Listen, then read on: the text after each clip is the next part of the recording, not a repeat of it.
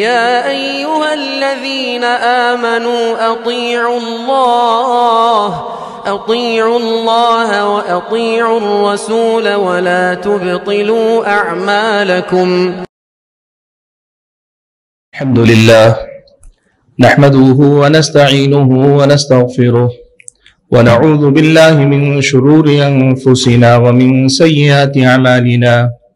من يهد الله فلا مضل له ومن يضلل فلا هادي له، وأشهد أن لا إله إلا الله وحده لا شريك له، وأشهد أن محمدا عبده ورسوله أرسله بالحق بشيرا ونذيرا. أما بعد، فأعوذ بالله من الشيطان الرجيم. بسم الله الرحمن الرحيم.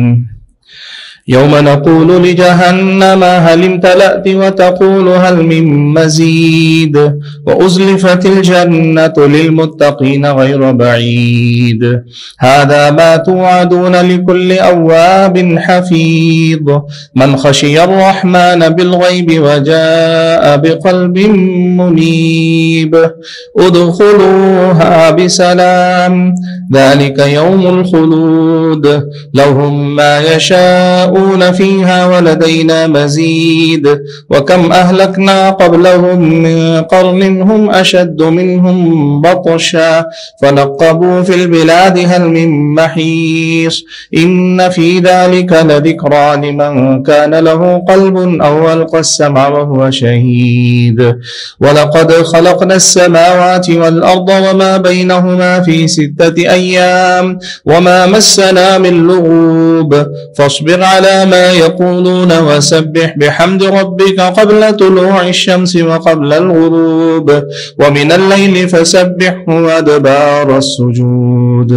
واستمع يوم ينادي المناد من مكان قريب يوم يسمعون الصيحة بالحق ذلك يوم الخروج. إنا نحن نحيي ونميت وإلينا المصير.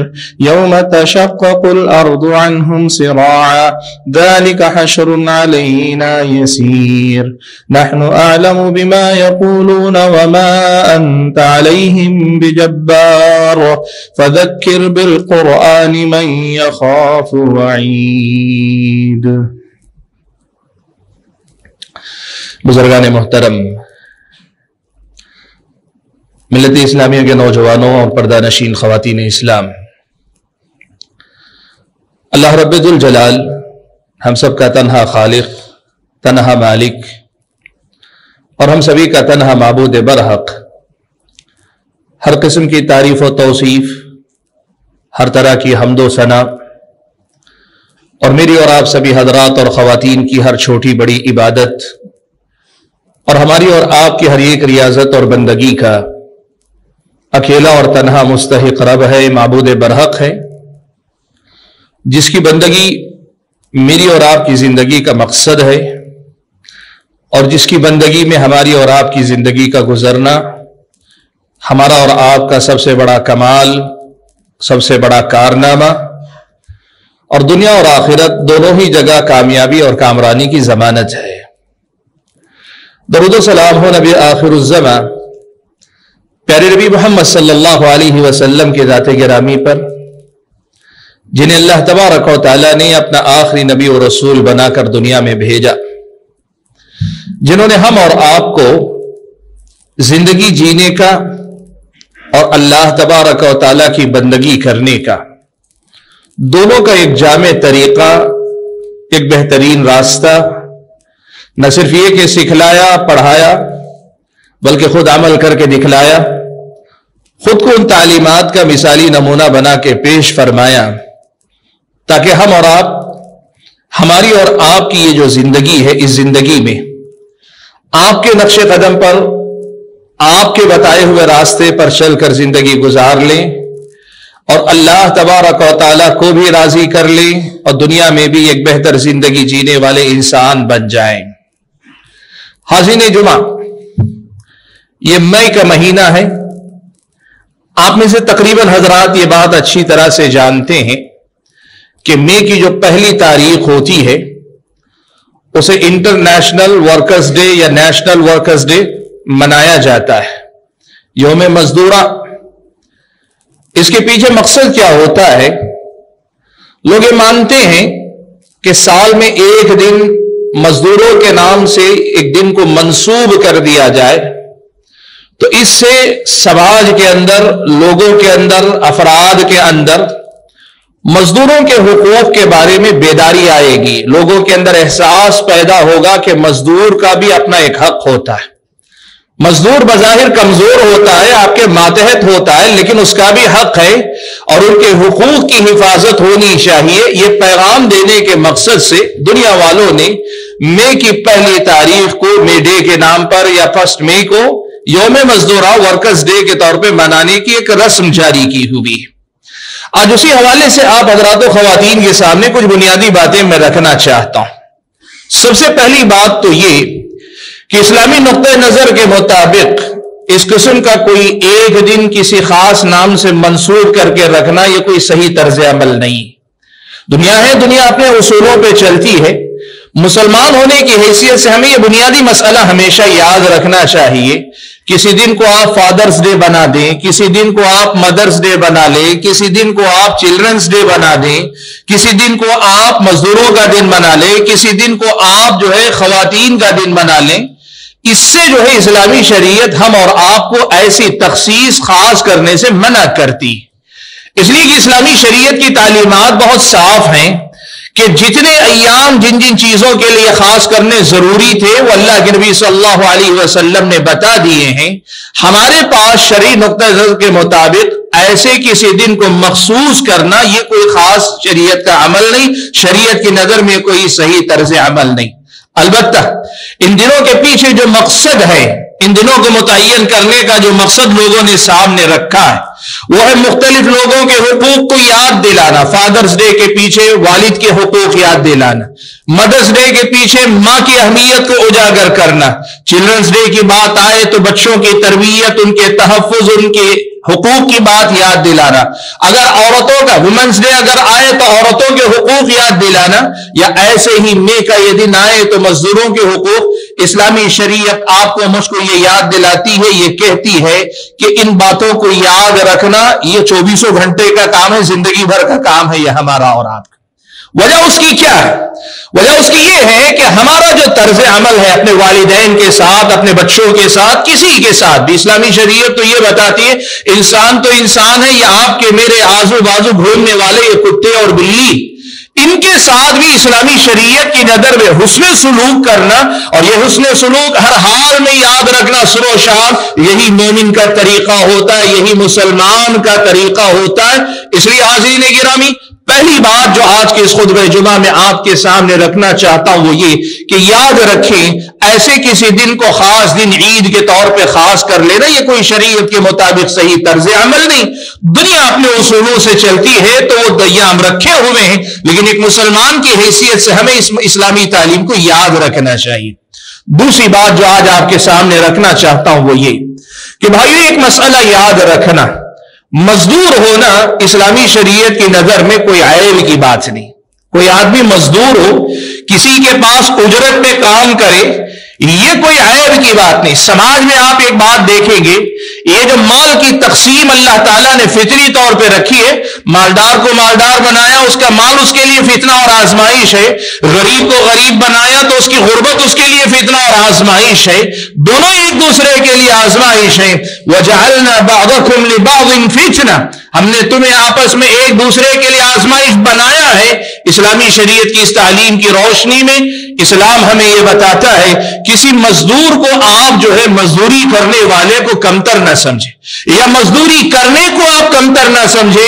اگر آپ قرآن و سنت پڑھ کے دیکھیں گے نا آپ کو پتا چلے گا پیارے نبی صلی اللہ علیہ وسلم سارے انسانوں میں سب سے افضل اور برتر ہے، لیکن نبی علیہ الصلوۃ والسلام نے خود اپنے بارے میں بیان فرمایا ہے کہ کنت ارعاها علی قراریط اہل مکہ، اللہ کے نبی نے بکریوں کے چرانے کا تذکرہ آیا تو یہ کہا کہ ہاں میں نے بھی بکریاں چرائی ہیں، اہل مکہ کی بکریاں اجرت پر میں چرایا کرتا تھا۔ سبحان اللہ، اس کا مطلب یہ ہوا کہ خود اللہ کے نبی نے بھی اجرت پر کام کیا ہے،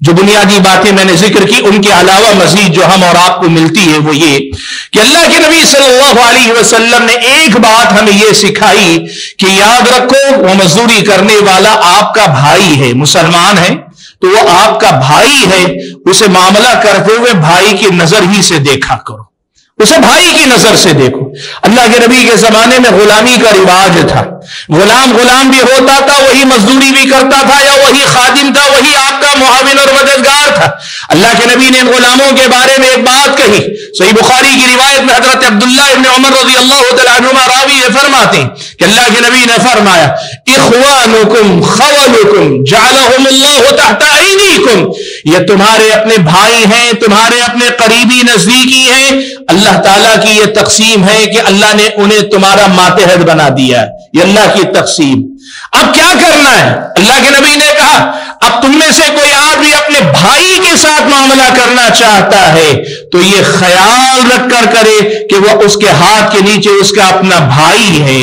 اور جب اپنے مزدور کو اپنا بھائی سمجھنے لگے گے نا، ہماری اور آپ کی نظر دیکھنے کا انداز اگر بدلے گا، نظر ہمارا نظریہ بدل دے گی، ہمارے دیکھنے والی نظر ہمارے اپنے مزدور کے ساتھ رویے کو، معاملے کو بدل دے گی۔ اپنا بھائی سمجھو اسے، اخوانکم وہ تمہارے اپنے بھائی ہیں، خولکم تمہارے اپنے قریبی ہیں، جعلہم اللہ تحت ایدیکم اللہ نے انہیں تمہارا ماتحت بنا دیا ہے۔ تو تمہیں کیا کرنا چاہیے؟ اللہ کے نبی نے کئی تعلیمات گنائی جو غلاموں سے متعلق خاص طور پر ہے، لیکن اس حدیث کا یہ پہلا ٹکڑا آپ کو اور مجھ کو یہ بات یاد دلاتا ہے، جو غلام ہے اسے ہی بھائی کی نظر سے دیکھنا ہے، جو آپ کی ملکیت ہے اسے بھائی کی نظر سے دیکھنا ہے۔ خادم تو آپ کا غلام نہیں ہوتا، غلامی بہت آگے کی چیز، خادم تو آزاد انسان ہوتا ہے، وہ اس سے کہیں زیادہ عزت و احترام کا مستحق ہوتا ہے۔ یہ پہلی تعلیم ہے جو اسلامی شریعت مجھ کو اور آپ کو دیتی کہ اپنے ماتحت کام کرنے والوں کو دیکھنے والی نظر بدلو۔ یہ بھائی کے لیے جو محبت، جو احترام، اس کی خدمات کے لیے اعتراف کا جو جذبہ ہوتا ہے، اس کے تئیں ایک اپنائیت، خیر خواہی کے میرا کام تو ہو رہا ہے لیکن میرے ساتھ میرے بھائی کا بھی بھلا ہونا چاہیے۔ ایک بھائی چارے میں جو باتیں آتی ہیں، خون کے رشتے میں جو نزاکتیں آتی ہیں، اسلامی اخوت میں جو خیر ہوتا ہے، وہ سارا ایک مزدور تک پہنچنا چاہیے، آپ کے خادم تک پہنچنا چاہیے۔ پہلی حدیث ہے جو ہم اور آپ کو بتاتی ہے۔ دوسری بات جو اسلامی شریعت مجھ کو اور آپ کو مزدوروں کے بارے میں بتاتی ہے وہ یہ کہ جب کبھی آپ کسی آدمی کو کسی کام پہ مامور کریں تو اس بات کا خیال رکھیں، اس کی خیر خواہی کا خیال رکھتے ہوئے واضح معاملہ طے کیا کریں۔ اگریمنٹ جسے کہتے ہیں، چاہے وہ زبانی بات چیت ہو یا باقاعدہ آپ اپوائنٹمنٹ لیٹر جاری کرتے ہو یا پھر کسی بھی سطح کا معاملہ کسی بھی انداز میں کرتے ہو، معاملہ دو ٹوک اور واضح رکھو۔ کام کتنا ہوگا، کیا ہوگا یہ بھی واضح رکھو، اس کی ذمہ داریاں بھی واضح رکھو، اور آپ کی طرف سے اس کے عوض میں کیا اجرت دی جائے گی، کیا سہولتیں دی جائیں گی، یہ معاملہ بھی دو ٹوک اور واضح رکھو۔ کیوں؟ اکثر ایسا دیکھا جاتا ہے کہ کئی ایک مقامات پہ جہاں بیچارے لاچار اور مجبور ہو کر آتے ہیں، لوگ کام پہ لگا لیتے ہیں، من مرضی اپنے دل سے کچھ اجرت دے دیتے ہیں، سمجھتے ہیں کہ ہم نے ان پہ احسان کیا ہے، اور مجبور بیچارہ یہ دیکھتا ہے کچھ اور میسر نہیں، یہی میسر ہے، وہ راضی نہیں، وہ خوش نہیں ہے، لیکن مجبوری ہے تو جو مل گیا اسی پر ناراضی کے ساتھ ہی چاہیے چپکے سے نکل جاتا ہے۔ اگر اس بندے کو اختیار ہو، اس بندے کی بات چلے، اگر اسے پتا ہو تو وہ منہ کھول کر پوچھ سکتا ہے کہ یہ میری محنت کا تو بدل نہیں، میری محنت اس سے زیادہ کا تقاضا کرتی ہے۔ یہ یوں سمجھیے کہ اسے مجبور کی مجبوری کا فائدہ اٹھانا ہے۔ اگر آپ اس سے کوئی واضح معاملہ طے نہیں کرتے، واضح معاملہ طے کیجئے، اور واضح معاملہ طے ہو جاتا ہے تو پھر اس کے بعد آپ کی طرف سے بھی ذمہ داری ختم ہے، اس کی طرف سے بھی ذمہ داری ختم ہے۔ کام کرنا ہے نہیں کرنا ہے، اس اجرت سے یہ کام کرنا ہے نہیں کرنا، یہ اس کا فیصلہ۔ لیکن ایسا کبھی نہ ہو کہ معاملہ واضح طے نہیں ہے، بغیر طے کیے کام پہ لگا لیا، اپنی مرضی سے کچھ دے دیا، دلا دیا، کبھی وہ راضی کبھی ناراض، یہ معاملہ کرنے کا طریقہ نہیں ہے۔ اسلامی شریعت ہم اور آپ کو معاہدہ کے سلسلے میں اسلامی شریعت کی جو تعلیمات ان میں یہ سکھاتی ہے کہ معاملات میں وضاحت ہونی چاہیے، کھلا پن ہونا چاہیے، ایک دم کلیئرٹی ہونی چاہیے تاکہ دو طرف سے لوگ معاملات کو اچھے انداز میں نبھا سکیں۔ تیسری اہم تعلیم جو ہم اور آپ کو اسلامی شریعت مزدوروں کے سلسلے میں دیتی ہے وہ یہ کہ آپ کے ماتحت جو لوگ مزدور ہوتے ہیں ان کے بہت سارے حقوق ایسے ہوتے ہیں جو کاغذ پر لکھے ہوتے ہیں اور بہت سارے حقوق ایسے ہوتے ہیں جو عرف میں رہتے ہیں، یعنی معروف ہیں کہ یہ ان کا اپنا حق بنتا ہے۔ آپ کو تمام قسم کے حقوق کا خیال رکھنا پڑے گا۔ ایسا نہیں کہ اپائنٹمنٹ لیٹر دیتے وقت آپ نے دے دی کوئی ذمہ داری، لیکن جب معاملہ کرنے پہ آئے تو آپ کہ نہیں ہمارے ہاں ایسا ہی چلتا ہے۔ نہیں چلتا ہے۔ جو آپ نے زبان دی ہے اس کی پابندی کرنی پڑے گی آپ کو۔ آپ نے جو زبان دی اس کی پابندی کرنی پڑے گی۔ دیکھیے حضرت عبداللہ ابن عمرو ابن عاص رضی اللہ تعالیٰ عنہ کا واقعہ۔ حضرت عبداللہ ابن عمرو ابن عاص رضی اللہ تعالیٰ عنہ فلسطین میں تھے، مسجد اقصی کے پاس تھے۔ ان کے اپنا ایک آدمی جو مینیجر کئی آج کی زبان میں جو ان کے اپنے سارے کاموں کو دیکھا کرتا تھا، وہ حضرت عبداللہ ابن عمرو ابن عاص کے پاس آیا، آ کر کہنے لگا کہ میں نے یہ ارادہ کیا ہے کہ آپ کے ساتھ 1 مہینہ میں یہیں رکوں گا۔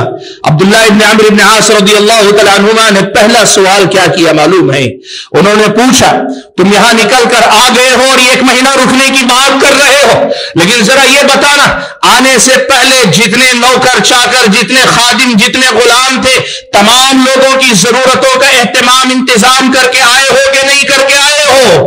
کہا نہیں، آنے سے پہلے میں نے تمام کی جو جو ضرورتیں میرے واپس آنے تک کی ہو سکتی ہے ساری ضرورتیں پوری کر کے آیا، متعین کر کے آیا۔ حضرت عبداللہ ابن عمرو نے کہا ٹھیک ہے، اگر ایسی بات ہے تو تم رک سکتے ہو، اس لیے کہ میں نے اللہ کے نبی صلی اللہ علیہ وسلم کو فرماتے ہوئے سنا کفا بالمرء اثما ان یضیع من یقوت۔ اللہ کے نبی نے فرمایا ایک آدمی کے گنہگار ہونے کے لیے اتنی بات کافی ہے کہ جو اس کی اپنی ذمہ داری میں ہے ان کی روزی روٹی کا انتظام کرنے میں غفلت کرے، آدمی کے گنہگار ہونے کے لیے اتنا بھی کافی ہے۔ یعنی جو آپ کے ماتحت ہیں ان کی ضرورتوں کا آپ خیال نہیں رکھ پاتے ہیں، اللہ کے پاس آپ گنہگار ہوں گے، آپ اجرت دے رہے ہیں لیکن ان کی دیگر ضرورتوں سہولتوں کا خیال نہیں کر رہے ہیں، کمپنی چلا رہے ہیں، نوکری کے وقت میں آپ ان کو دے رہے پیسہ ان کا، لیکن آپ جانتے کمپنی میں حمام ٹھیک سے چاہیے، ان کو جو ہے کہیں بیٹھنے کے لیے جگہ صحیح چاہیے، انتظام جو ہونا چاہیے اگر صحیح ڈھنگ سے آپ نہیں کر رہے ہیں، آپ یاد رکھیے یہ مزدوروں کے حق تلفی کے باب میں داخل ہوتا ہے۔ اور اسلامی شریعت یہ کہتی ہے صرف اجرت کچھ پیسہ دے دینا یہی صرف آپ کی ذمہ داری نہیں، جس کو آپ نے مزدوری پہ رکھا ہے اس کی جو معاملات ہوتے ہیں سارے معاملات کو ٹھیک ٹھاک چلانا یہ بھی آپ کی ذمہ داری ہوتی ہے۔ سبحان اللہ، اسلامی شریعت کی ان پاکیزہ تعلیمات کو یاد رکھیں کتنی اہم تعلیم ہے۔ اگلی تعلیم سنیں، اسلامی شریعت ہم اور آپ کو ایک بات یہ بھی بتاتی ہے کہ ہم نے ایک آدمی سے معاہدہ طے کیا، اب معاہدے کے مطابق مان لیں اسے دن میں 7 گھنٹے یا 8 گھنٹے یا 6 گھنٹے کام کرنا ہے، لیکن آپ اگر اس بندے کو برابر پکڑ کے چلتے ہیں آپ کے لیے ٹھیک ہے، معاہدے کی پابندی آپ کی طرف سے کر رہے ہیں، آپ 6 گھنٹے 7 گھنٹے جو معاہدہ ہو آپ اس کی پابندی کر رہے ہیں، یا آپ نے کوئی کام پہ کسی کو رکھ لیا اپنے گھر میں جھاڑو پوچھا لگانے کے لیے، آپ اس سے وہ کام لے رہے ہیں ٹھیک ہے، لیکن اسلامی شریعت آپ کو یہ ترغیب دلاتی ہے کہ جس کام پر آپ نے اپنے عامل اپنے خادم کو مقرر کیا ہے کبھی کبھار اس میں تخفیف کر دے، کبھی کبھار اس میں چھوٹ دے دے، یہ اسلامی شریعت کی نظر میں بڑی اہم بات ہے۔ صحیح ابن حبان کی روایت ہے، اللہ کے نبی صلی اللہ علیہ وسلم نے یہ بات بیان فرمائی کہ جب تم اپنے خادم اپنے نوکر کے کام میں تخفیف کرتے ہو تو یہ جان لو یہ ہلکا کرنا، یہ تخفیف کرنا دراصل تمہارے اپنے میزان میں جو گناہ ہیں ان گناہوں کو ہلکا کر لینا ہے۔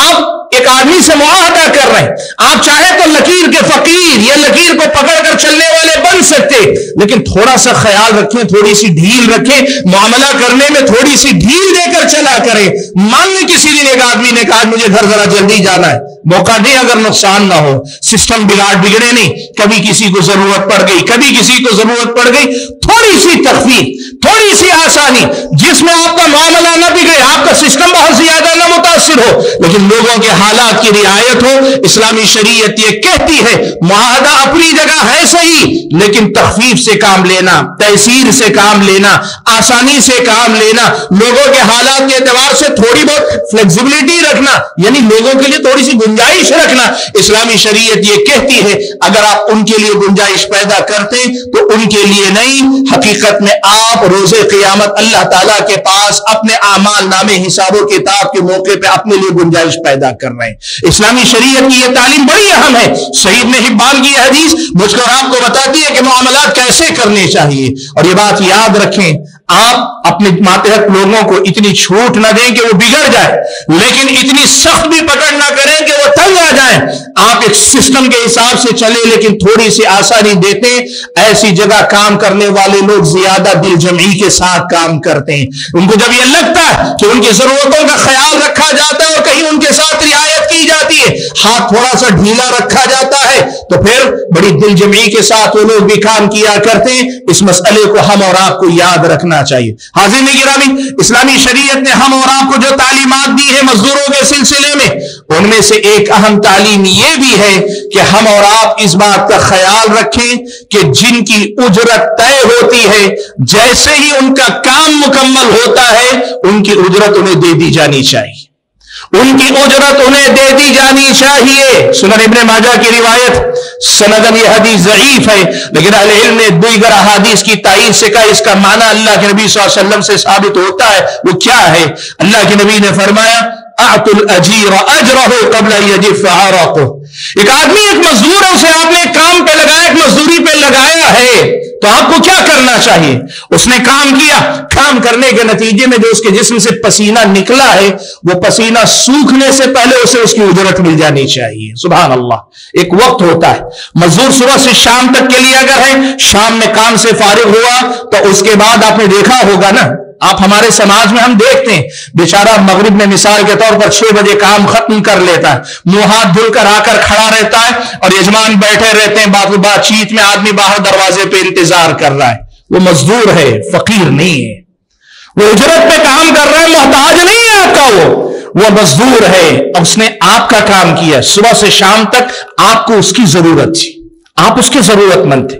اس وقت آپ کی یہ ذمہ داری بنتی ہے کہ جیسے ہی وہ اپنے کام سے فارغ ہو، اگر کوئی واقعی مسئلہ نہ ہو، پہلی فرصت میں اس کی اجرت دے کر اسے جانے دیں۔ اللہ کے نبی نے یہ بات کتنی پیاری کہی، پیاری مثال دے گا، پسینہ خشک ہونے سے پہلے اس کا پیسہ اسے مل جانا چاہیے۔